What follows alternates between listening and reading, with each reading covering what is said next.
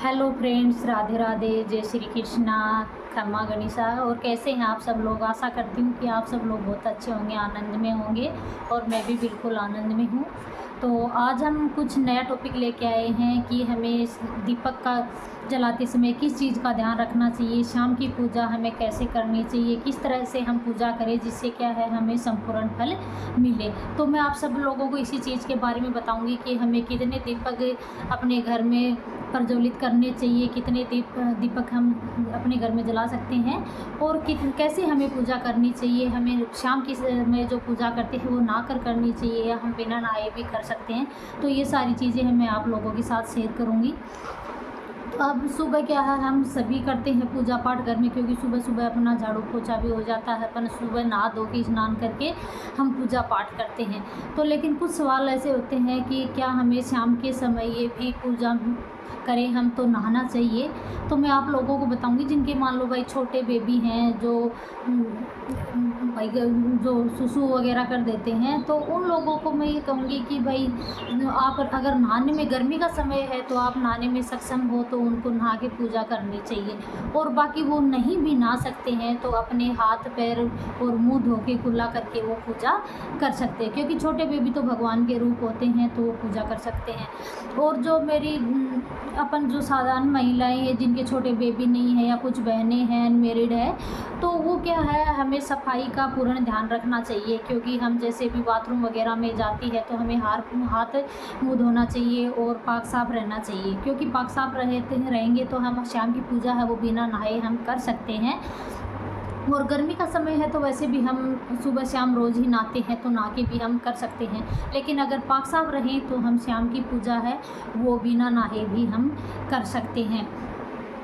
अब क्या हमें कितने दीपक घर में मान लो प्रज्वलित करने चाहिए, तो घर में जैसे अपन अपना जो मंदिर होता है वहाँ तो हम दीपक है वो प्रज्वलित करते ही करते हैं, क्योंकि मंदिर में हम सुबह शाम रोज़ ही पूजा करते हैं। और हमें पूजा के समय ये कपूर है वो ज़रूर जलाना चाहिए। कपूर बहुत ही पॉजिटिव एनर्जी लाता है घर में। एक तो कपूर से जो ऑक्सीजन लेवल है वो बढ़ जाता है, घर में सुख समृद्धि आती है, घर में ऑक्सीजन जो लेवल बढ़ता है तो घर में एक सुकून रहता है, सभी लोग स्वस्थ रहते हैं, कीटाणु हैं वो ख़त्म हो जाते हैं।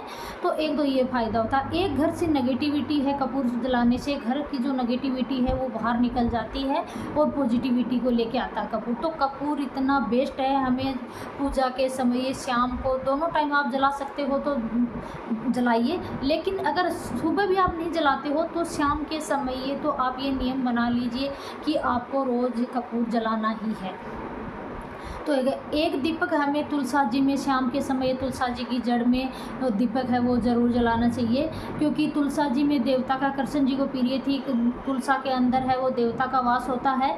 और अगर हम तुलसा में डेली नियम से शाम के समय दीपक हम वहाँ पर ज्वलित करते हैं तो इससे क्या है, हमारे घर में गरीबी नहीं आती, क्योंकि इससे लक्ष्मी का वास होता है, लक्ष्मी नारायण है वो हमारे घर में आते हैं, इससे हम दरिद्रता है वो दूर जाती है और लक्ष्मी का वास होता है।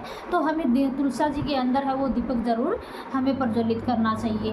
अगर किसी के घर में तुलसा जी नहीं है तो मैं यही कहूँगी, हम हिंदू धर्म है, हिंदुत्व है, तो हमारे घर में तुलसा का होना बहुत ज़रूरी है। तुलसा माता है, इसमें एक तो देवता का वास होता है, इसे हमारे ये धन को आकर्षित करती है, इससे लक्ष्मी का वास होता है, घर में लक्ष्मी आती है, अलक्ष्मी है वो घर से बाहर निकलती है।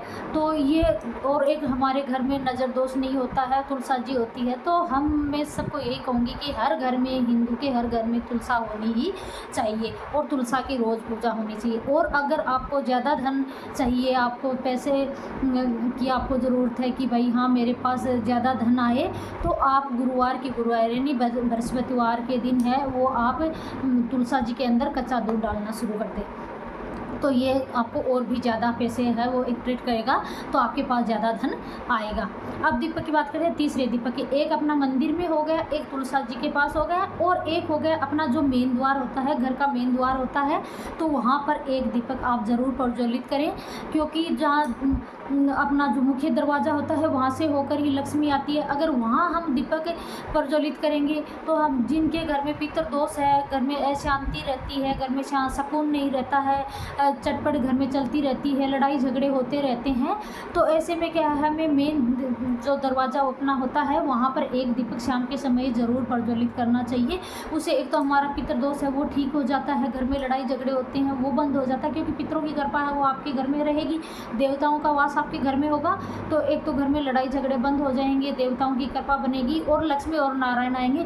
क्योंकि लक्ष्मी और अलक्ष्मी दोनों साथ में आते हैं, तो लक्ष्मी हमारी हमें धन देती है, अलक्ष्मी है वो गरीबी दरिद्रता लाती है।